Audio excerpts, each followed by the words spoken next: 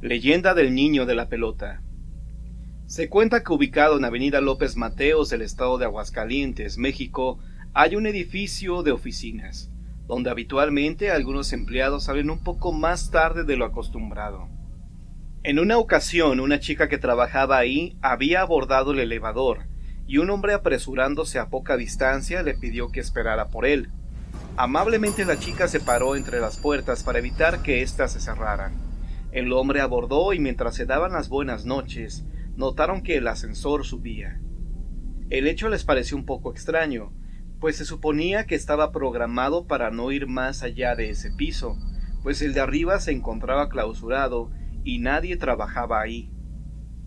El elevador se detuvo en el cuarto piso, pero las puertas no se abrieron, por lo que pensaron que había sido una falla temporal, pero alcanzaron a escuchar las risas de un niño que jugaba con una pelota. Sin darles tiempo de pensar en más, el elevador bajó. Al salir vieron al velador y le comentaron lo sucedido. El hombre muy tranquilamente les dijo que también lo había escuchado, que se trataba del espíritu de un niño que falleció ahí años atrás. Cuando su pelota fue a parar al cuarto piso, el chico fue por ella, y al ver que se acercaba un guardia de seguridad, se escondió para hacerle una broma. Pero al momento que el niño salió gritando, el guardia le disparó pensando que era un ladrón. Desde entonces, el niño juega tranquilamente en el cuarto piso. Quien se queda hasta tarde puede escuchar las risas, los pasos, los golpes de la pelota contra el piso. Otros sin tanta fortuna han visto la pelota bajar por la escalera, cuando al niño se le cae desde el piso de arriba. Después de esto la gente renuncia a su empleo, pues se sabe que detrás de una pelota siempre viene un niño, y no les gustaría toparse con el pequeño fallecido.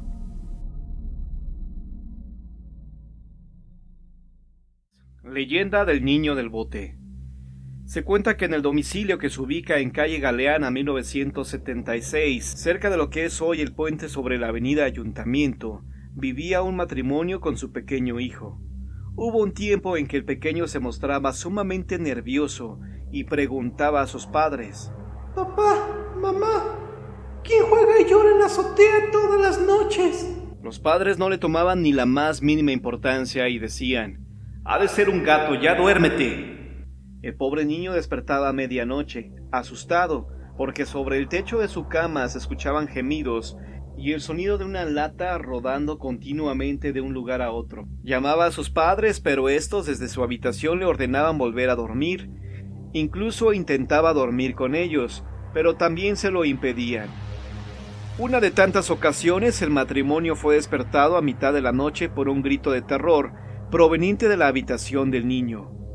Y después de eso no pudieron encontrarlo por ningún lado. Dieron aviso a las autoridades y al siguiente día, al volver a casa, después de un largo día buscando a su hijo, encontraron un bote atado con un lazo colgado de la azotea. Con algo de enojo, el hombre subió a la azotea y vio otro bote tirado sobre el techo de la recámara de su hijo. Al acercarse vio a su hijo en un rincón sentado en cuclillas, abrazando sus piernas. Tenía el cuerpo totalmente arañado y su rostro mostraba un gesto de infinito terror. El niño estaba muerto. El matrimonio se mudó, pero en su nuevo hogar a medianoche los despertó el sonido de un bote rodando en la azotea, y parado frente a su cama, vieron a su hijo diciendo: «Mamá, papá, me asusta el ruido de allá arriba». Después de esto no lo volvieron a ver, pero cada año en el aniversario de su muerte se escucha el ruido del bote y el llanto del niño.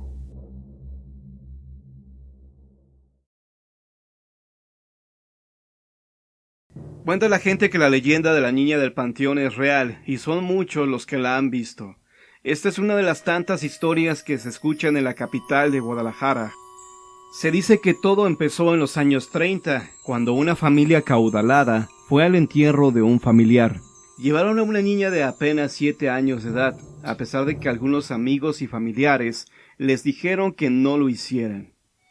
Así, entre llantos y lamentos por la pérdida de la persona, se fueron retirando las personas, hasta que la familia llegó a su hogar. En ningún momento se dieron cuenta que algo les faltaba, y no era otra cosa que la pequeña Irene, que se había quedado en el panteón.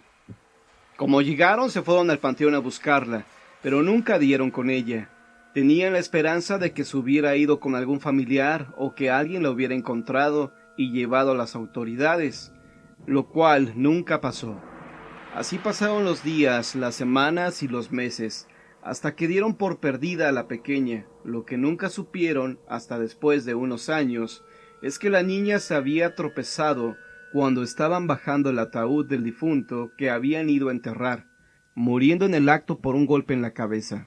Solo se dieron cuenta cuando fueron a enterrar al cónyuge de la persona, y al juntar los restos salieron los de la niña, que había muerto por la caída. Desde ese día en esa tumba se aparece una niña que con todos quiere jugar.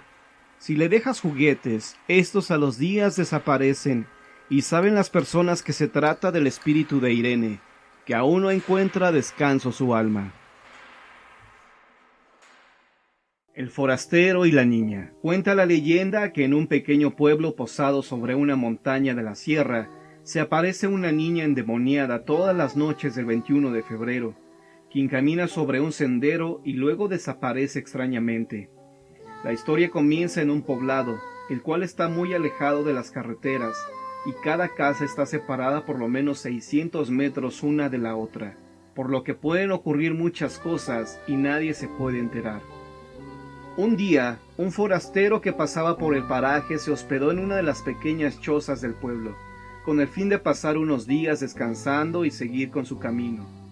Una noche, mientras el forastero estaba en su casa y a punto de dormir, insólitamente llegó una niña y le tocó a la puerta. Él se extrañó porque eran altas horas de la noche, y aparte ninguna persona del pueblo lo visitaba. Entonces, para despejar dudas, se dirigió hacia la puerta y abrió. ¿Cuál fue su sorpresa que se encontró a una niña indefensa, quien al parecer tenía signos de haber sufrido quemaduras? El forastero le preguntó: «¿Qué se te ofrece, niña?», a lo que ella respondió: «¿Me regalarías un vaso de agua?». Él le respondió: «Sí, con todo gusto». Se encaminó a un recipiente con agua y vertió en un vaso el suficiente líquido para satisfacer a una persona. El forastero regresó a la puerta, le dio el vaso con agua a la niña y ella se retiró. Pasaron 3 días seguidos en que la niña iba todas las noches a la pequeña choza del forastero a pedir un vaso con agua. Sin embargo, el 4.º día, y con un poco de intriga de parte del hombre, por saber el por qué la niña acudía a él, le preguntó: «¿Tienes papás?». «¿Quién es tu papá? ¿Dónde está?». Y la niña, con una expresión malvada, exclamó con una fuerte voz: «Mi papá es el diablo». Misteriosamente, el forastero murió a los 2 días de haber tenido esa mala experiencia, y desde ese entonces cuenta la leyenda que todas las noches del 21 de febrero se aparece una niña por los alrededores del pueblo en busca de un poco de agua y de su siguiente víctima.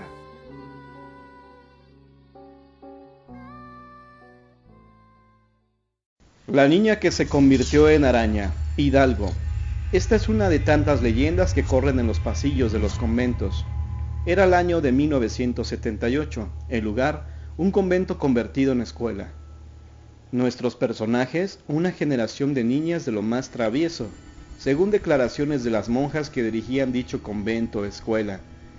Este edificio había sido dividido en 2. De un lado se encontraban las celdas de las madres, mientras que de otro estaba la vieja pero sofisticada escuela, a la que asistían niñas cuya colegiatura solo podían ser solventadas por gente de dinero. Todo parecía marchar de lo más normal, hasta que un buen día Marta comenzó a retraerse. Nadie sabía lo que sucedía, pues era una niña muy alegre y competitiva en clase. Su maestra creyó que era cosa de la edad y que en muy poco tiempo se le pasaría.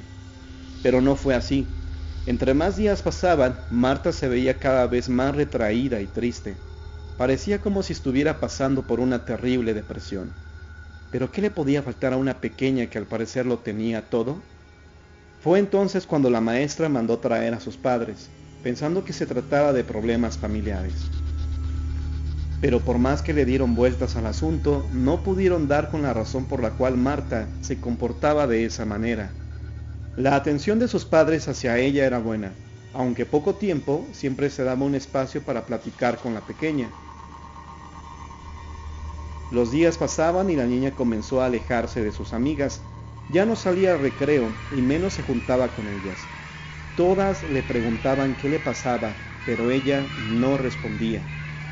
Finalmente, Carla, quien era su mejor amiga, intentó ayudarla, pero sabía muy bien que para hacerlo, lo primero era averiguar qué era lo que estaba pasando. Fue así como empezó el diálogo. ¿Qué es lo que te sucede, Marta? ¿Por qué ya no quieres jugar con nosotras? Marta le confesó que desde hacía unos días veía a una señora con pelo blanco que la llamaba.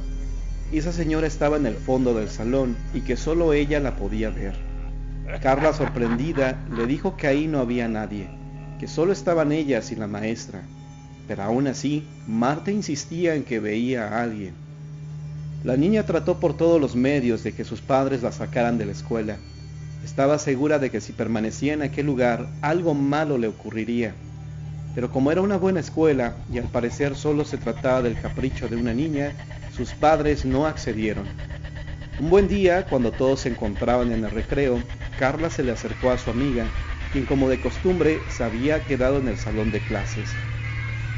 La pequeña no alcanzaba a comprender por qué su amiga no salía al patio si decía que veía a una señora en el salón. Marta le confesó que era porque la señora no la dejaba salir. Carla no creía lo que a ella le estaba pasando, y no había manera de convencerla de que no había nadie en aquel lugar. En cuanto pudo, tomó sus cosas y salió al patio, porque consideraba que su amiga nunca iba a terminar con aquella historia absurda. Pero cuando iba a salirse, Marta la tomó de la mano pidiéndole que no la dejara sola, que tenía mucho miedo. Carla trató en vano de tranquilizarla. Sabía muy bien que faltaba poco tiempo para que terminara el recreo, y si se quedaba ahí, se perdería el almuerzo. Salió como pudo, convencida de que Marta ya se había calmado. Cuando volvieron todos del recreo, no encontraron por ningún lado a Marta, lo cual era buena señal. Se imaginaban que ya había aceptado salir al descanso. Sin embargo, nadie la encontró en el patio, y por más que la buscaron, no la encontraron. Ya cuando estaban convencidos de que lo mejor era reportar su ausencia a sus padres, escucharon su voz que provenía del fondo del salón de clases. Como no veían a nadie, las monjas pidieron que las niñas salieran del salón para investigar qué es lo que estaba sucediendo, debido a que seguían escuchando la voz de Marta. La única que se quedó en el salón fue Carla, que era la más preocupada por la ausencia de su amiga. Ella se acercó al rincón de donde provenía la voz. Pero cuál sería su sorpresa que cuando se dio cuenta, en aquel rincón había una telaraña, la cual estaba muy vieja y gruesa, como si siempre hubiera estado ahí. Pero en aquella telaraña se encontraba una araña muy peculiar. Tenía la cara de su amiga. De inmediato empezó a llamar a las monjas con tremendos gritos, diciendo que era la araña quien hablaba. Lo que sigue de la historia nadie la sabe con precisión. Algunos dicen que la araña les habló diciéndoles lo que había sucedido. Otros más dicen que la araña simplemente se puso a llorar. Y otros más afirman que corrió a esconderse entre los muros. Desde entonces, el salón de clases fue cerrado. No se le volvió a permitir el acceso a nadie. En cuanto a la niña, dicen que ahí se quedó y nadie pudo hacer nada por ella, porque de acuerdo con unas versiones, la niña fue hechizada por una bruja. Han pasado muchos años de aquel desgraciado suceso.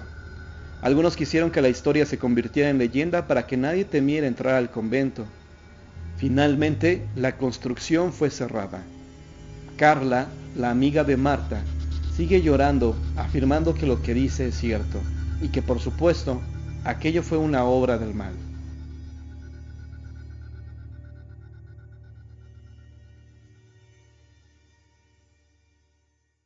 La niña de Gabriel Mancera.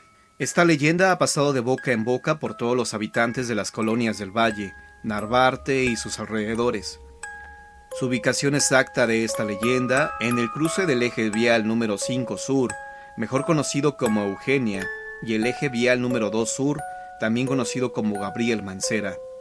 Alrededor de las 2 de la madrugada, una chiquilla se dirigía caminando hacia la farmacia para comprar las medicinas de su madre, que estaba muy enferma, hecho por el que se vio forzada a salir a altas horas de la madrugada.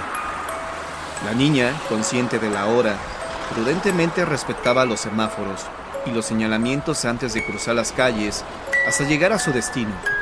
Y así lo hizo también en el cruce de Eugenia con Gabriel Mancera.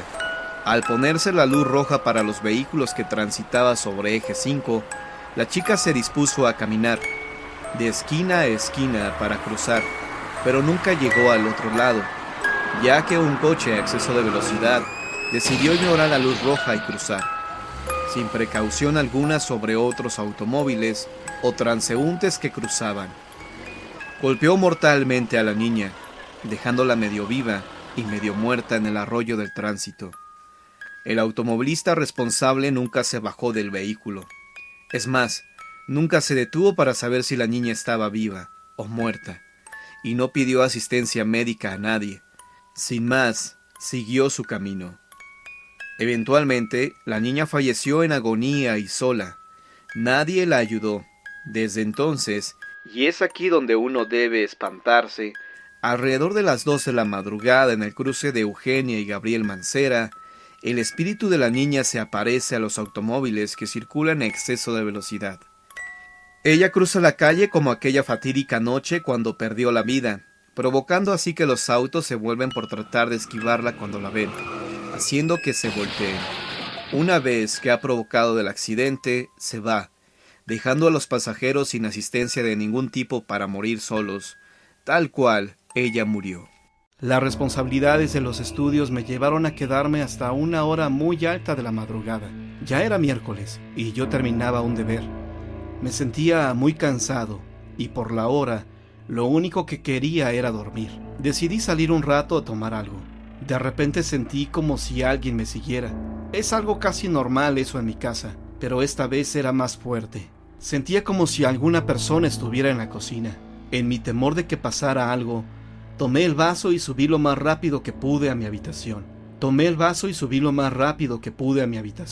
Al poder entrar en ella, pensé que ya había acabado todo y que solo era una vez más puros ruidos, pero no fue así. Al mirar en mi espejo, alcancé a divisar una niña que estaba por la puerta.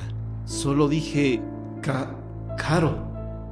No se me ocurría otra palabra. Al abrir y cerrar los ojos, esa niña desapareció del espejo. Yo me quedé perplejo. No sabía si era real lo que había visto.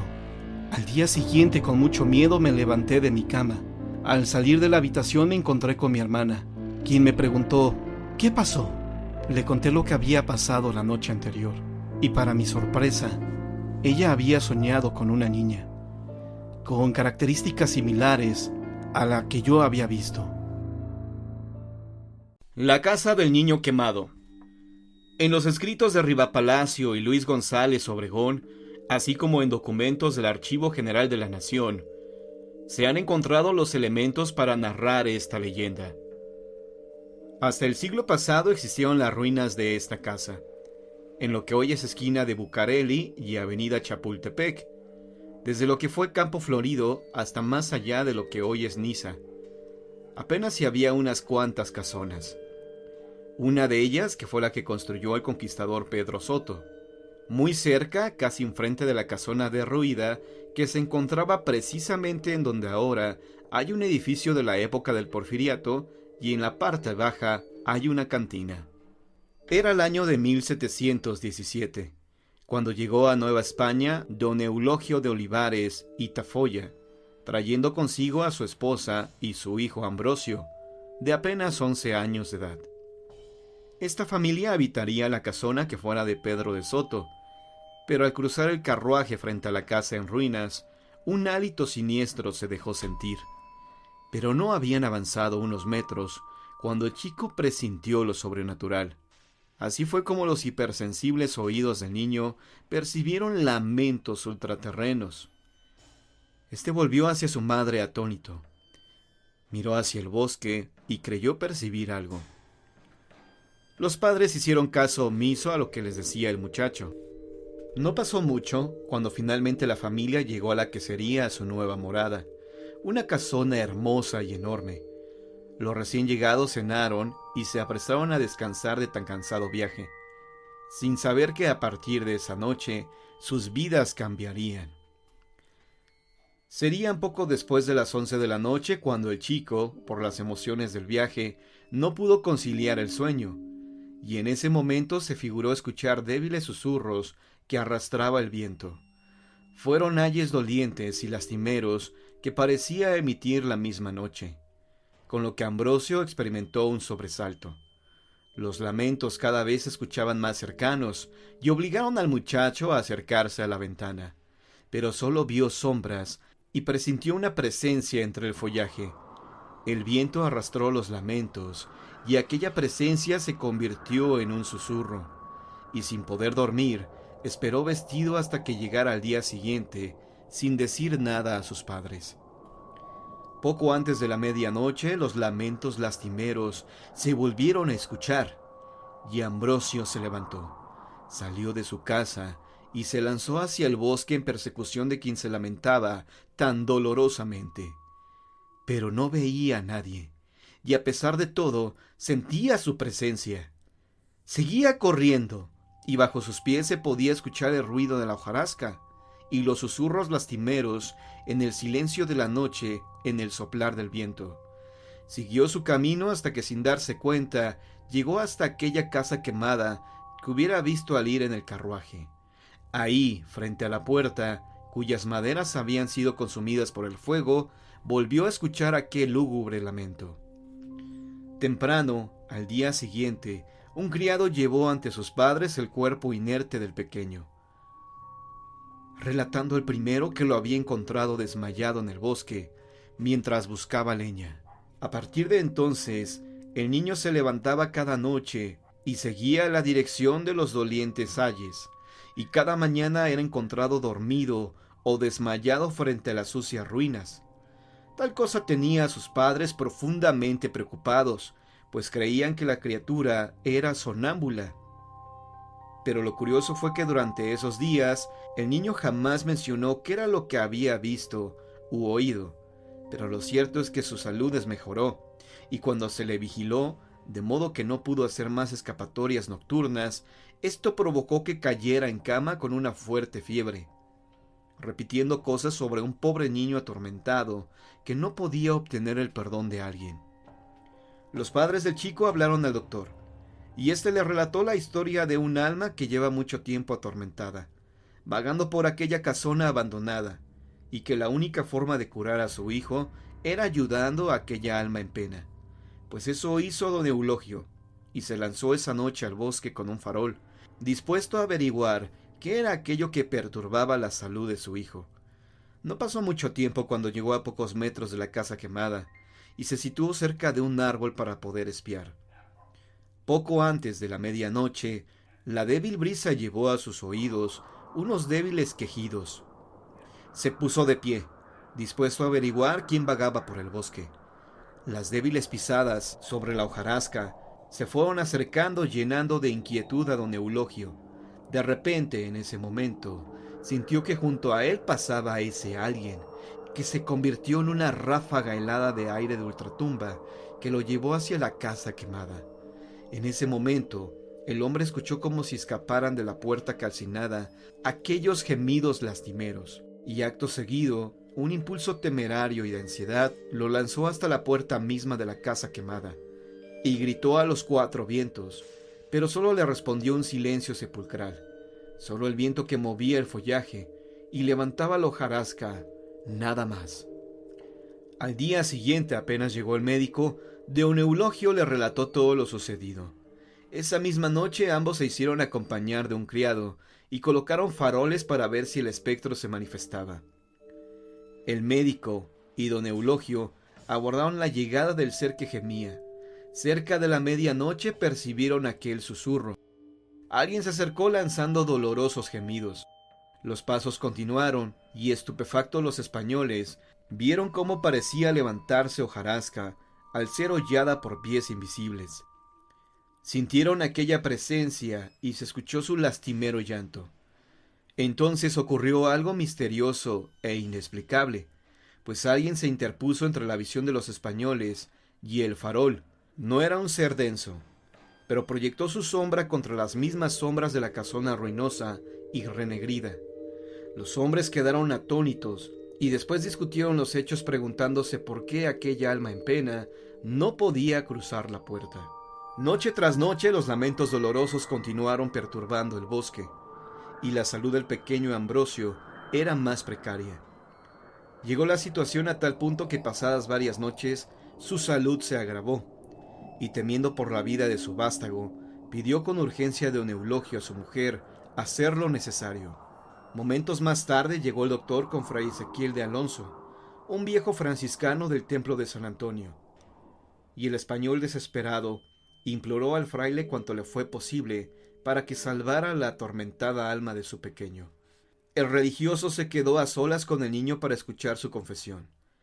Esta la hizo con mucha lucidez a pesar de la fiebre que no cedía, y con lujo de detalle le relató al religioso sobre los macabros acontecimientos del bosque. Minutos más tarde salió el fraile, dirigiéndose a don Eulogio, y el doctor que aguardaba les dijo que el pequeño se encontraba muy mal. Sin embargo, sabía remedio para esta situación, así que el religioso le dio la instrucción de que prepararan antorchas y faroles y se dirigieron al bosque.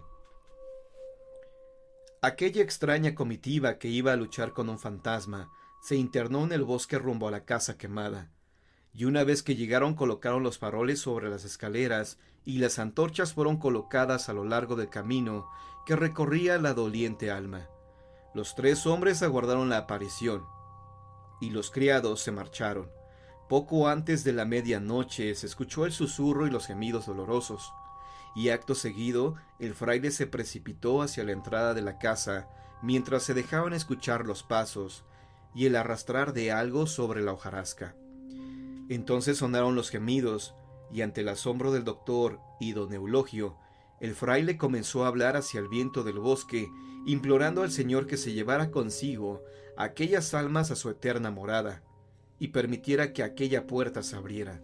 Se escucharon pasos sobre los escalones y el hollar de la hierba cerca de la puerta. Luego se materializó aquello al pasar por delante de los faroles colocados en el interior, cuyas flamas vacilaban, y aquello se interpuso entre la escalera y el cura. Un ser de ultratumba. Las antorchas y faroles se apagaron, y en la oscuridad se vieron 2 figuras espectrales. Después, solo se escuchó la voz del fraile que decía: «Dios sea bendito y alabado. Juan, quedáis con vuestra madre». En aquel momento los faroles y antorchas se encendieron solos. Sopló un viento, y todo pareció volver a la normalidad. Y aún tembloroso por la emoción pasada, el religioso regresó ante los asustados caballeros, y después los 3 estuvieron en la casa de don Eulogio. El espectáculo ultraterreno aún los tenía sobrecogidos. El fraile les relató a los españoles sobre aquellas almas atormentadas que conoció en vida. Se trataba de un mozuelo que abandonó a su madre por irse en pos de una mítica aventura, y el chico que llevara en vida el nombre de Juan Enríquez de Pineda, deslumbrado por relatos de viejos soldados, se marchó en busca de 7 ciudades de oro perdidas, y en vano suplicó su viuda madre para que no la dejara en desamparo. Pero él se marchó dejándola en su amargo llanto. Una noche, según se dice, la casona tomó fuego, y la madre de Juan nada hizo por apagar las llamas, ni pedir auxilio, pero se dejó morir en aquella hornaza, y de aquella casa solo quedaron ruinas humeantes, renegridas y en silencio. Más tarde se supo que el muchacho había muerto quemado en su malograda aventura, pero finalmente su alma encontró el descanso eterno al lado de su madre.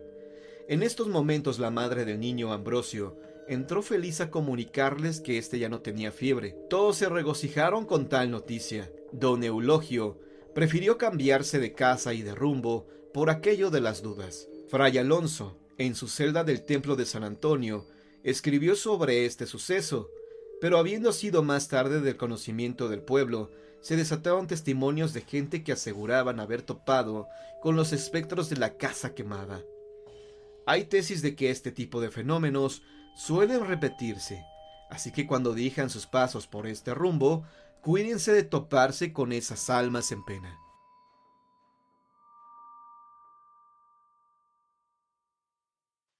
Espero que este video te haya gustado. Te recuerdo que los programas en vivo son los días lunes, miércoles y viernes a partir de las 10 de la noche. Los días viernes recibo llamadas de la gente narrando sus historias de fantasmas. Ojalá participes compartiendo tus experiencias. Por tu atención y compañía, muchas gracias.